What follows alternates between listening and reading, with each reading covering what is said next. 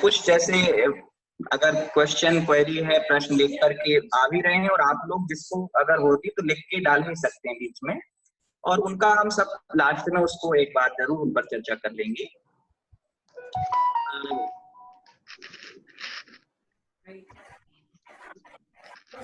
अब देखें, पुलाक आदि का उपपाद क्या होता है। उपपाद का अर्थ होता है कि मरण करके कौन कहां तक जाएगा। तो पुलाक सामान्यतः नियम है, या तो मुनि पद से मोक्ष जाएंगे या मुनि पद से देव बनेंगे। मुनि पद धारण करने वाले, क्योंकि सम्यक दर्शन के बाद अगर आयु बंद होता है तो सम्यक दर्शन के प्रभाव से और व्रतों के प्रभाव से फिर देव आयु का ही बंद होता है। पुलाक का उत्कृष्ट उपपाद सहस्रार स्वर्ग, जो स्वर्ग हैं उनमें सहस्रार स्वर्ग, सौधर्म, ईशान, शानत कुमार, माहिंद, ब्रह्म, ब्रह्मोत्तर, लांतव, कापिश, शुक्र, महाशुक्र, सतार, सहस्रार। तो ये 12वें स्वर्ग तक पुलाक उत्कृष्ट स्थिति वाले देवों तक होता है। बकुश और प्रतिसेवना कुशील का उत्कृष्ट रूप से उपपाद होगा आरण और अच्युत कल्प में 16वें तक 22 सागर की उत्कृष्ट स्थिति। कषाय कुशील और निर्ग्रंथ, जो कषाय कुशील मुनि है और निर्ग्रंथ हैं जो, वो कहां तक, शर्वार सिद्धि में 33 सागर की स्थिति तक उत्पन्न हो सकते हैं। ये इनकी उत्कृष्ट बताई है। और अरहंत भगवान जो स्नातक हैं वो तो मोक्ष जाना है उनको। तो पुलाक, बकुश, कुशील, निर्गंत और का उपपाद जघन्य रूप से अगर होगा तो वह सौधर्म स्वर्ग में 2 सागर की आयु वाले देवों में होगा। जघन्य से इतना होता है, उत्कृष्ट अभी बता के आए हैं। स्नातक को तो उसी भाव से निर्वाण पद प्राप्त होता है। तो इस तरह से ये विषय स्पष्ट हुआ उपपाद का। अब इसके बाद पुलाक आदि मुनियों के कितने कितने संयम लब्धि स्थान होते हैं, उन स्थानों की भी चर्चा कर रहे हैं। स्थान एक बार शब्द आया था उसमें सूत्र में, स्थान। कषाय की निमित्त से असंख्यात संयम स्थान होते हैं। जैसे जैसे जिसकी जैसे इसको ऐसे समझ लें, मान लीजिए साधु सभी साधु हैं और सभी साधुओं की उत्कृष्ट से हमने ये बता दिया कि उनको संज्वलन कषाय उदय में आ सकता। लेकिन क्या इतने कहने से सभी साधुओं का एक जैसा भाव बन जाएगा संयम का? नहीं बनेगा। आत्मा की भाव परिणति सबकी भिन्न भिन्न होती है और सूक्ष्मता से सब में भेद होगा। तो कषाय के निमित्त से असंख्यात संयम स्थान होते हैं। अब अगर इसको हम थोड़ा डीपली देखें तो उनमें कषाय, कुशील और पुलाक के सर्व जघन्य लब्धि स्थान होते हैं। ये थोड़ा सा टर्म इसमें आपको कठिन लगेगा, इसलिए मैं पढ़ देता हूं जिससे कि विषय जितना स्पष्ट हो सके। ये दोनों आगे एक साथ असंख्यात संयम स्थानों को प्राप्त होते हैं। उसके आगे पुलाक की व्युच्छिति हो जाती है। उसके आगे कषाय, कुशील असंख्यात संयम स्थानों को अकेला ही प्राप्त होता है। उससे आगे कषाय कुशील, प्रतिसेवना कुशील और बकुश एक साथ असंख्यात संयम स्थानों को प्राप्त होते हैं। उसके आगे बकुश रूप परिणामों की व्युच्छिति हो जाती है। उसके आगे भी असंख्य संयम स्थान को प्राप्त होकर कषाय मंद हो जाने से प्रतिसेवना कुशील रूप परिणामों की व्युच्छिति हो जाती है। इसके आगे अकषाय स्थान को प्राप्त होकर निर्ग्रंथ हो जाता है, और वह निर्ग्रंथ भी असंख्यात संयम स्थानों को प्राप्त कर व्युच्छिन्न हो जाता है। उसके बाद निर्ग्रंथ तथा स्नातक एक स्थान को प्राप्त कर निर्वाण को प्राप्त करते हैं।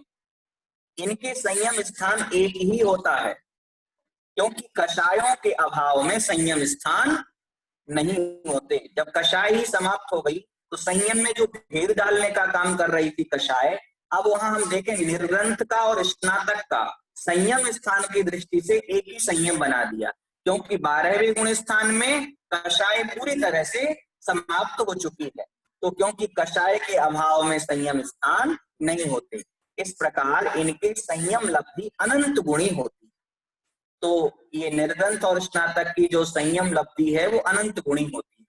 ये यहाँ पर जो मैंने अभी बताया था डिटेल्स, वो इस तरह की है कि मुनियों के जिसके जितनी कषाय है उनके संयम स्थान वैसे बनेंगे।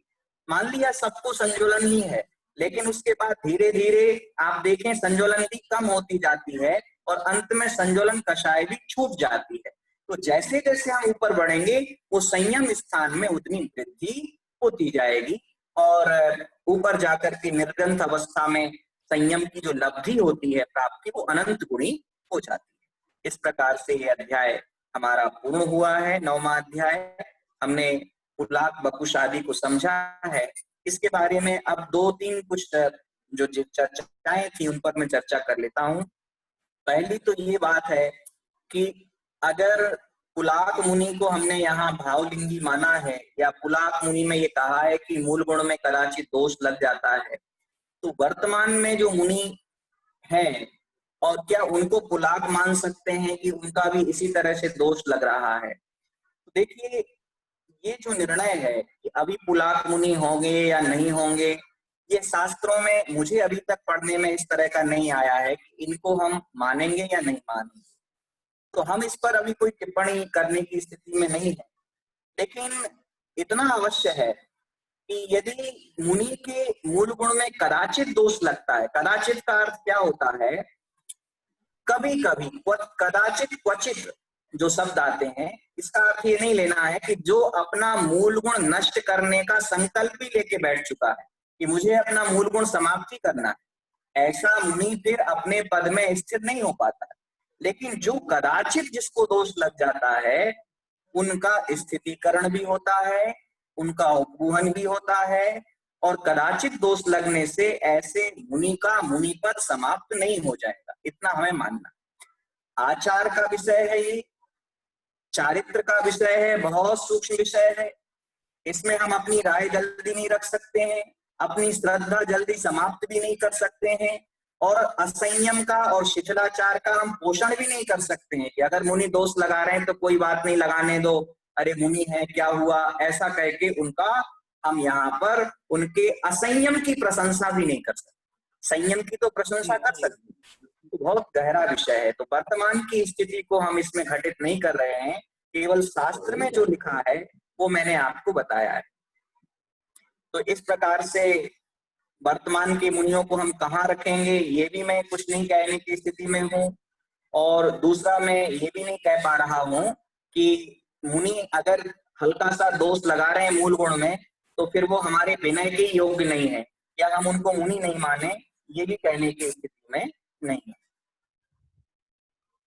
पंडित जी साहब जी, ये इसमें जो श्रुत का भेद दिया हुआ है जघन्य, इसमें 8 प्रवचन मात्र का दिया हुआ है बकुश और कुशील और निर्ग्रंथ में। तो ये 8 प्रवचन मात्र का ये क्या है? उनके ज्ञान का 3 गुप्ती ऐसा कहते हैं हाँ कि मुनि है और मुनि के पास तो उत्कृष्ट ज्ञान होता है, हम सब जानते हैं उनके पास उत्कृष्ट ज्ञान होता है, पर प्रश्न ये है कि ज्ञानावरण कर्म का उदय आ जाए, तीव्र उदय आ जाए, क्योंकि ज्ञानावरण कर्म तो क्षयोपशम किया है ना, क्षय तो तब होगा जब केवल ज्ञान प्रकट होगा। तो ये प्रश्न उठाया गया है कि अगर वो उनके ज्ञानावरण कर्म का तीव्र उदय आ गया तो कितना ज्ञान शेष बचेगा मुनि के पास, ये यहाँ प्रश्न है। अब वो बहुत उत्कृष्ट मुनि है जिनके बारे में अभी आप कह रहे हैं, तो बकुश भी बहुत उत्कृष्ट मुनि है, कुशील भी उत्कृष्ट मुनि है, निर्ग्रंथ भी उत्कृष्ट मुनि है। ये उत्कृष्ट है जिनको केवल ज्ञान प्रकट होने वाला है, उनको निर्ग्रंथ कहा है। अब उनका भी कर्म का उदय है तो कितना ज्ञान उनके पास रहेगा कम से कम। तो इसको आचार्यों ने कहा कि इतना ज्ञान उनके पास जरूर रहेगा कि उन्हें अपने 5 समितियों का और 3 गुप्तियों का ज्ञान रहेगा कि मुझे अपने मन को वश में रखना है, मन से कोई दोष नहीं लगाना है, अपने वचन को नियंत्रण में रखना है, वचन से दोष नहीं लगाना है, और अपने काया को भी संयमित रखना है, और इसके साथ मुझे कैसे चलना है, कैसे उठना है, कैसे बैठना है, कैसे आहार लेना है, कैसे मुझे शौच को जाना है, ये ज्ञान उनके उसमें कॉन्शस में ये चीज रहेगी। कितना ज्ञान उनके पास रहेगा, इससे ज्यादा वो अगर विस्मित हो जाएंगे तो फिर मुनि पद की चर्या का पालन ही नहीं कर पाएंगे और वो फिर कैसे मुनि पद में रह पाएंगे। इसलिए 8 प्रवचन मातृका, मातृका का अर्थ यहाँ यही लिया है कि एक तरह से ये माता है, पूरे संयम की, पूरे चारित्र की माता है, जो कि रक्षा करेगी और वो अवश्य रहे। और इसमें जो लेस्या भाव जो दिए हुए हैं उसमें ये 6 लेस्याएं बकुश मुनि के और कुशील प्रतिसेवना के हो सकते हैं, तो ये 6 लेस्याएं कैसे हो सकती है उनकी? कृष्ण नील इसमें भी हो क्या सकती है, है? हाँ। इसमें जो लेस्या वाला कंसेप्ट है यहाँ पर, वैसे जो लेस्याएं हैं पीत पद्म शुक्ल उत्कृष्ट लेस्याओं की दृष्टि से मुनियों में ये रहती हैं लेस्याएं, लेकिन लेस्या का एक ऐसा कंसेप्ट है कि लेस्या को बहुत ज्यादा जोड़ा नहीं गया संयम से, क्योंकि ऐसा कहा है मिथ्या दृष्टि जीव जो है, जिसको कि अभी सम्यक दर्शन भी नहीं हुआ है, उसको भी शुक्ल लेस्या हो सकती है। शुक्ल लेस्या एक तरह से भावों में जो विशुद्ध भावों में जो सरलता आ रही है वो लेस्या है, इसको सम्यक दर्शन से नहीं जोड़ा। आप देखें कभी पढ़ेंगे तो शुक्ल लेस्या पहले गुण स्थान से और बिल्कुल 13वें गुण स्थान तक शुक्ल लेस्या बताई, तो ये ऐसे घटित हो जाती। हम लोग इस पर चर्चा कर रहे थे तो ये समझ रहे थे कि अगर हम देखें लेस्या की दृष्टि से, तो अगर कोई अमेरिका में या कहीं कोई व्यक्ति उसका अगर बहुत उदार है, मानवतावादी दृष्टिकोण है, अहिंसा का दृष्टिकोण है, भले ही उसे आत्मा परमात्मा का अभी ध्यान नहीं हुआ है, तो वो भी अच्छी शुक्ल लेस्या वाला हो सकता है। और जब तीव्र कषाय हो जाए तो वहां लेस्या नीचे भी गिर सकती है संयम के साथ में होते हुए। तो ये और इस विषय को आगे और स्पष्ट कर देंगे कि ये किस प्रकार से 6 लेस्याएं बनेंगी।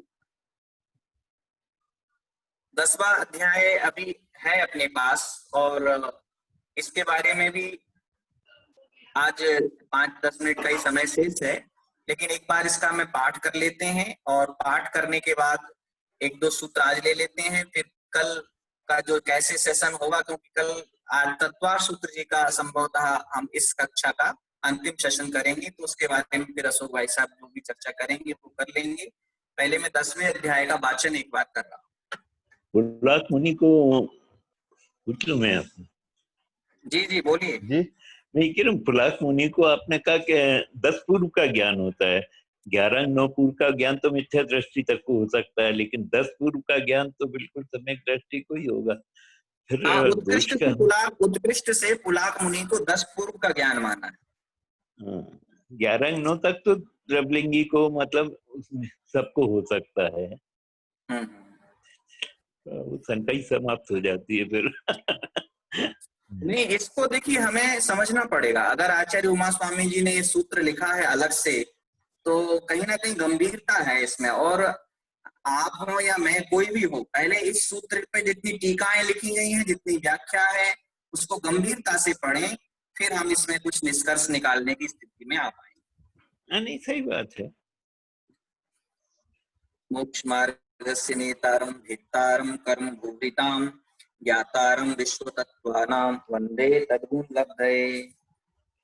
मोहक्षयाच् ज्ञान दर्शनावरणान्तराय क्षयाच्च केवलम् बंध हेतु भाव निर्जराभ्यां कृष्ण कर्म विप्रमोक्षो मोक्षः औपशमिकादि भव्यत्वानां च अन्यत्र केवल सम्यक् ज्ञान दर्शन सिद्धत्वेभ्यः तदनंतर मूर्ध्वं गच्छत्या लोकान्तात् पूर्व प्रयोगाद संगत्वात् बंधच्छेदात् तथागति परिणामाच्च आविद्य कुलाल चक्रवद व्यपगत लेपालाम्बु वदेरंडवी वदग्नि शिखावच्च धर्मास्तिकाया भावात् क्षेत्र काल गति लिंग तीर्थ चारित्र प्रत्येक बुद्ध बोधित ज्ञानावगाहनांतर संख्याल्प बहुत्वतः साध्याः इति तत्वार्थाधिगमे मोक्षशास्त्रे 10वां अध्यायः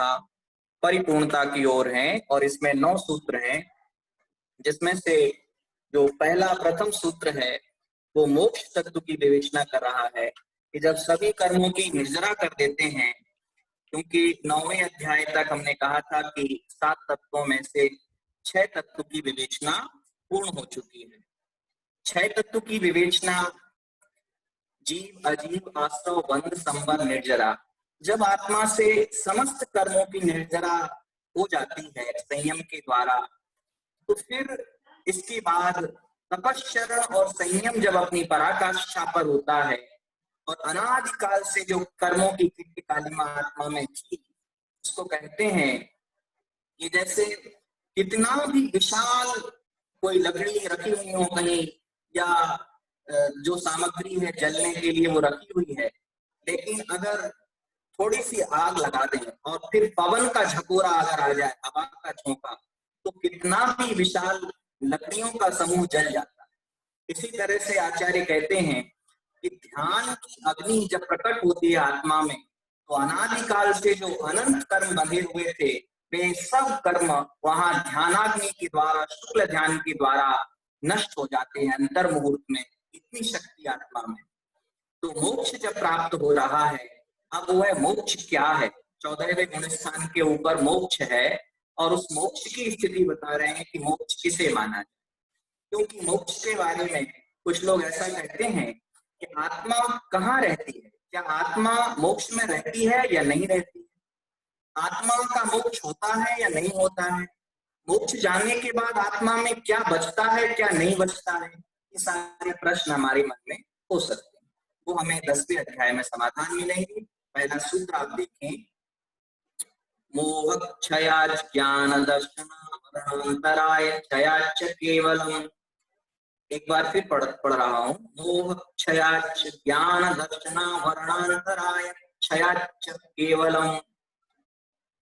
मोहिनी कर्म का क्षय होने से, मोहिनी कर्म का क्षय होने से मोह क्षयात ज्ञानावरण, दर्शनावरण और अंतराय, ये 4 घातीय कर्म होते हैं ना, मोहिनी, ज्ञानावरणी, दर्शनावरणी, वेदनी और ज्ञानावरणी, दर्शनावरणी, मोहिनी और अंतराय, ये 4 यहाँ घातीय कर्म हैं। इनमें मोहिनी कर्म का जैसे क्षय होता है, जैसे कहते हैं राजा का क्षय हुआ तो उसके सेनापति इत्यादि सब भाग जाते हैं, इसी तरह से ज्ञानावरण, दर्शनावरण और अंतराय कर्म का क्षय होने से केवल ज्ञान प्रकट हो जाता है। ये सूत्र का अर्थ है, केवल ज्ञान उत्पन्न होता है। ये सूत्र क्यों कहा गया है कि जब निर्जरा का वर्णन हम कर चुके हैं, अब मोक्ष का वर्णन करना चाहिए, परंतु मोक्ष की प्राप्ति केवल ज्ञान की उत्पत्ति के बिना नहीं हो सकती। आवाज थोड़ी सी क्लैरिटी नहीं है आवाज में।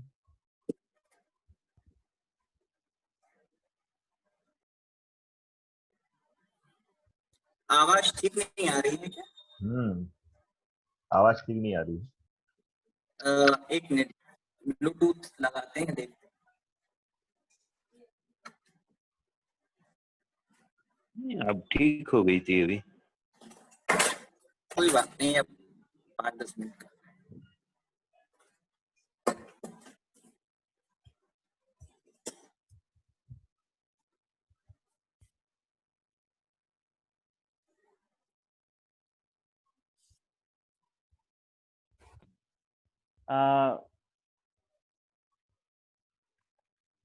अब आवाज ठीक आ रही है? बहुत अच्छी है। हाँ ठीक है। इसमें ये समझा रहे थे कि जो मोक्ष की हम सीधी चर्चा कैसे कर दें। मोक्ष होने के पहले एक अनिवार्यता है, केवल ज्ञान प्रकट होना चाहिए, और केवल ज्ञान प्रकट होने तक मोक्ष नहीं है। जैसे प्रकट होगा उस समय भगवान को सयोग केवली कहते हैं, सकल परमात्मा। अभी संसार में योग सहित हैं, और अंत में जब केवल ज्ञान प्रकट होने के बाद अन्य अघातीय कर्मों को 14वें गुण स्थान में भगवान जब नष्ट कर देते हैं, तब होता है मोक्ष। तो यहाँ केवल ज्ञान को बीच में समझाया है कि केवल ज्ञान की उत्पत्ति जिससे होती है उसी का उपदेश पहले दे रहे हैं। अतः केवल ज्ञान की उत्पत्ति के कारणों को बताने के लिए यह सूत्र यहाँ पर रखा गया है। और इसको हमने समझ ही लिया था कि 12वें गुण स्थान में कैसे होता है।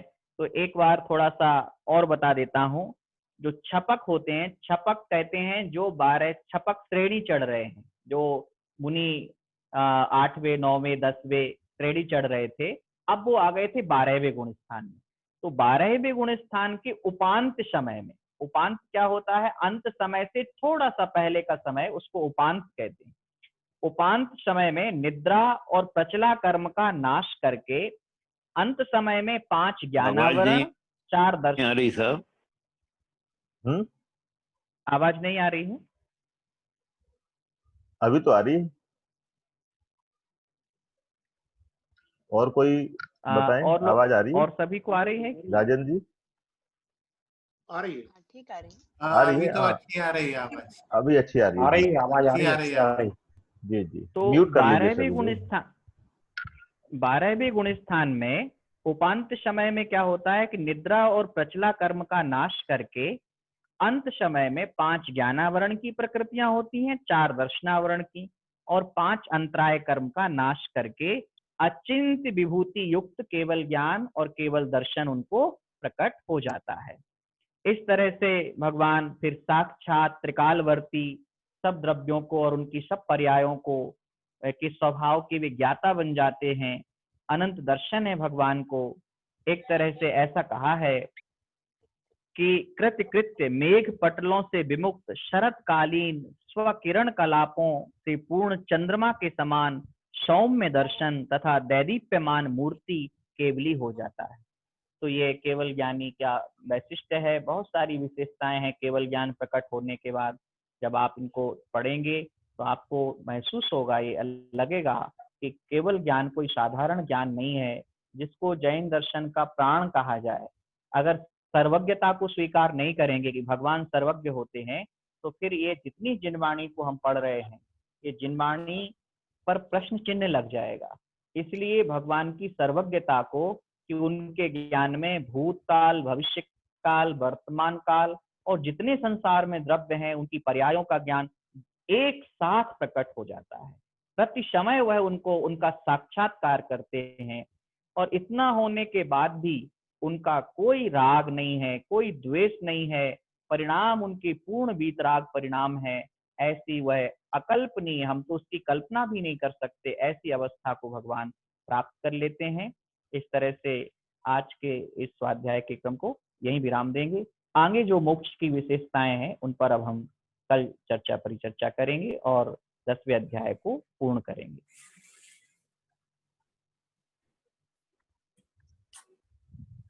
और कोई प्रश्न आए थे क्या इसमें? चैट में कोई प्रश्न आए थे? वर्तमान में प्रतिसेवना पूछा था, प्रतिसेवना का क्या अर्थ है?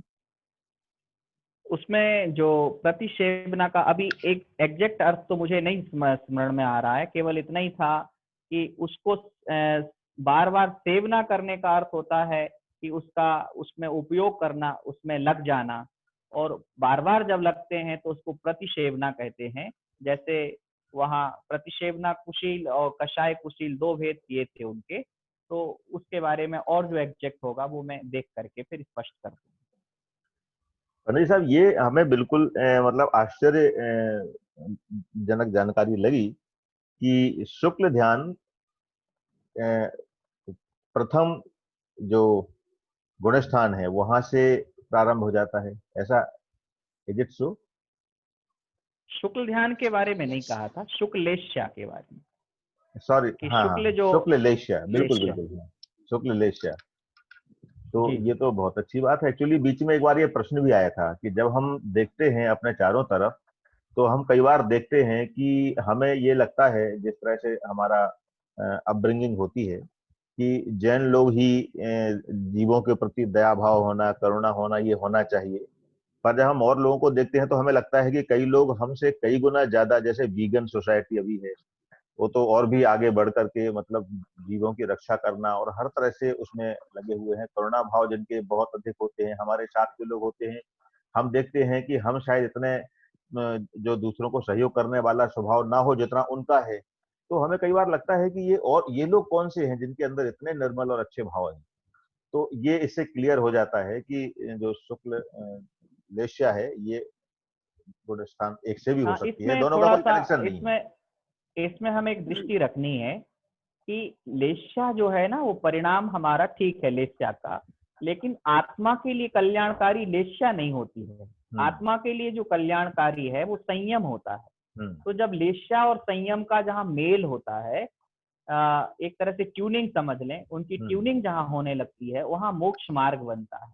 तो अगर लेस्या हमारी अच्छी रही और अगर हम संयम के भाव से या सम्यक्त को प्राप्त नहीं किया तो हम बाहर मोक्ष मार्ग के बाहर घूमते रहेंगे। इसीलिए तो हमारे यहाँ लिखा है आचार्यों ने कि एक जीव बार बार सम्यक दर्शन के अभाव में 16वें स्वर्ग जाता है, 9 ग्रैवेयक तक जाता है। तो वो 16 स्वर्ग और 9 ग्रैवेयक जाना सहज नहीं है। हम और आप कितना भी ताकत लगा लें तो पहले दूसरे स्वर्ग से ऊपर नहीं जा सकते, क्योंकि अभी हमारी स्थिति वैसी नहीं है। लेकिन संयम का प्रभाव देखिए कि उसके अंदर सम्यक तो नहीं है, सिर्फ संयम है, और संयम उसको इतना ऊपर तक ले जाता है। तो लेस्या और संयम के साथ सम्यक, तो जब ये सब चीजें जुड़ जाएंगी तब हमारा मोक्ष मार्ग बनेगा।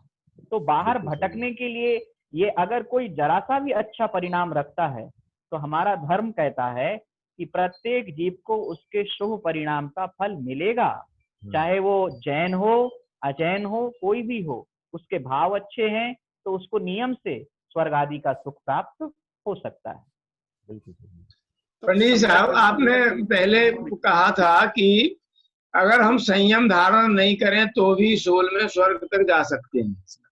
तो सम्यक दर्शन भी नहीं हो और संयम भी धारण नहीं करें तब भी जा सकते क्या 16वें स्वर्ग तक? नहीं, संयम के बिना हमने जो बातें आपको बताई थी, 2 तरह की बातें हैं कि संयम, श्रावक अगर संयम लेता है तो वो 16वें स्वर्ग तक जाता है। इससे ऊपर श्रावक संयम के साथ भी नहीं जा सकता है।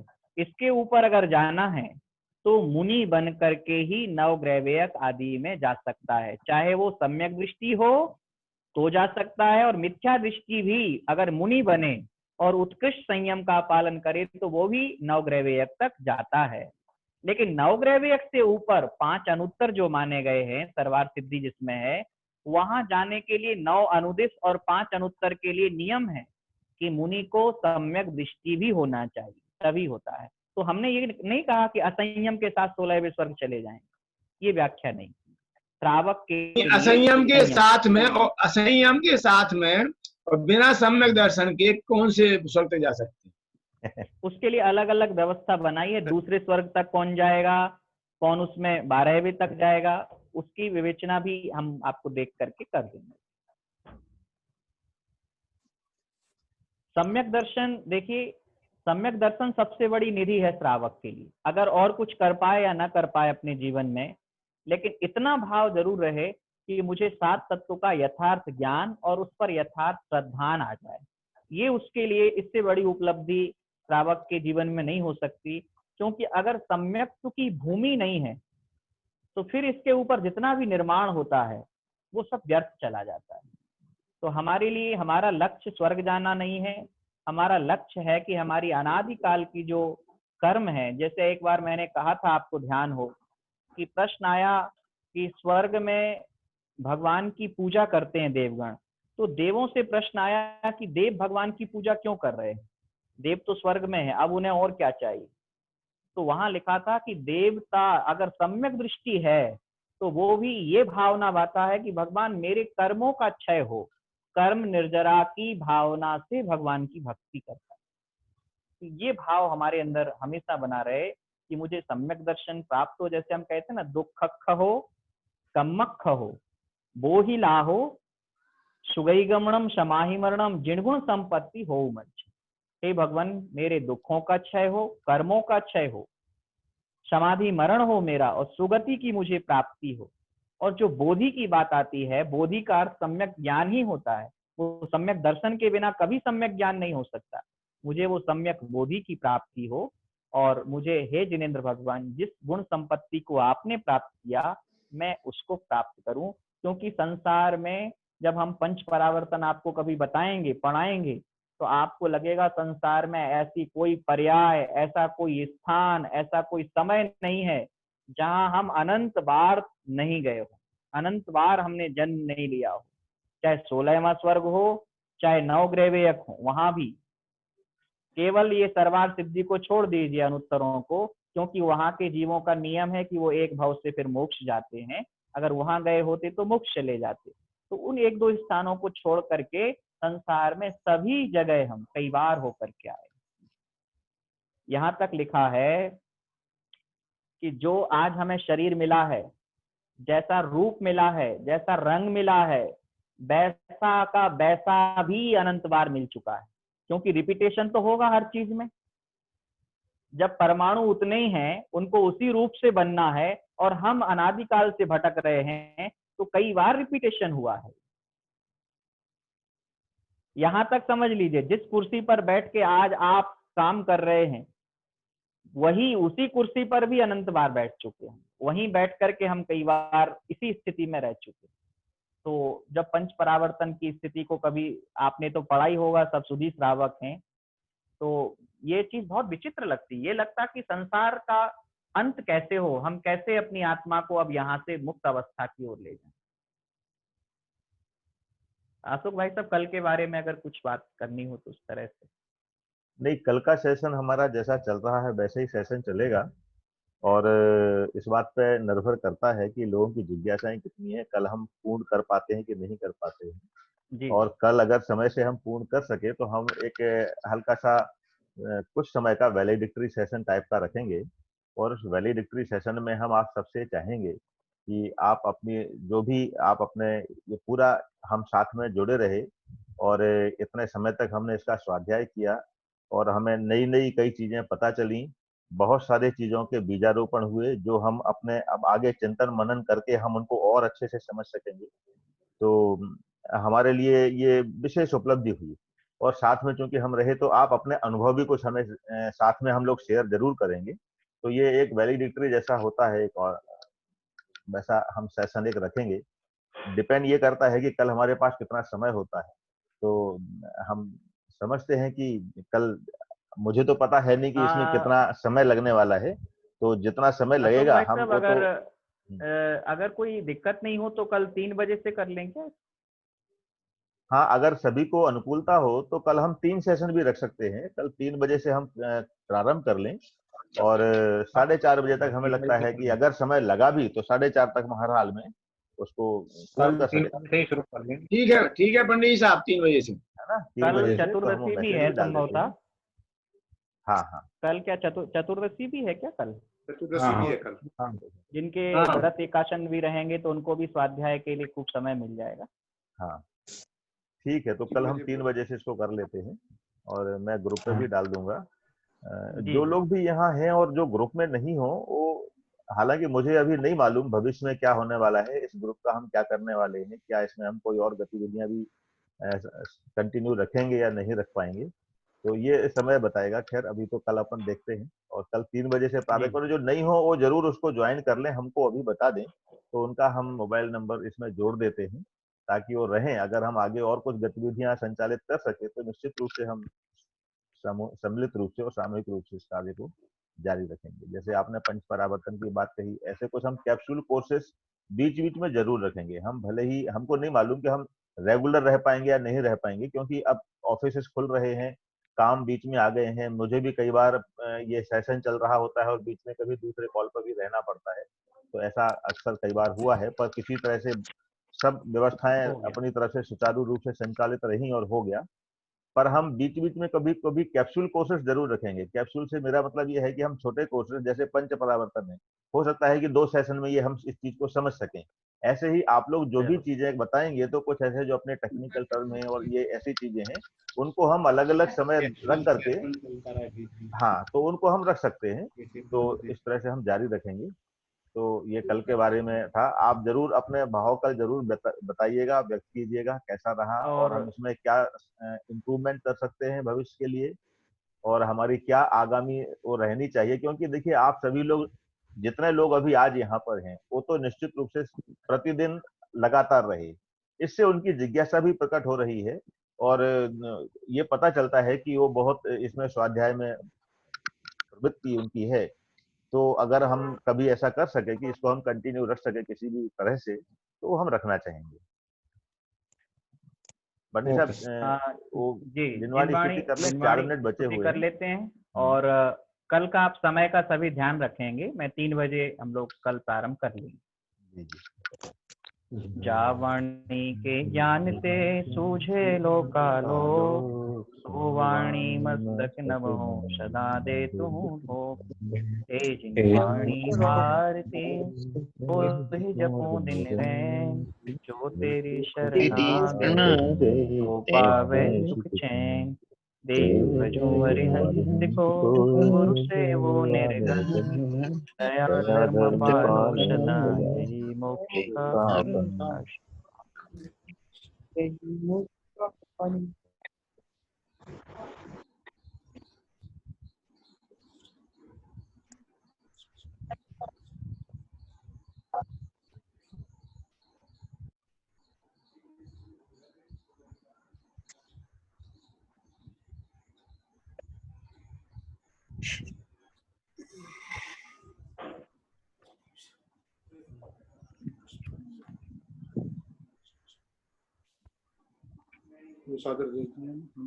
बोलिए द्वादशांग जिनवाणी माता की जय। जय जुनैन, जय जुनैन सभी को। जय जुनैन, जय जुनैन, जय जुनैन। जय जुनैन। जय जय।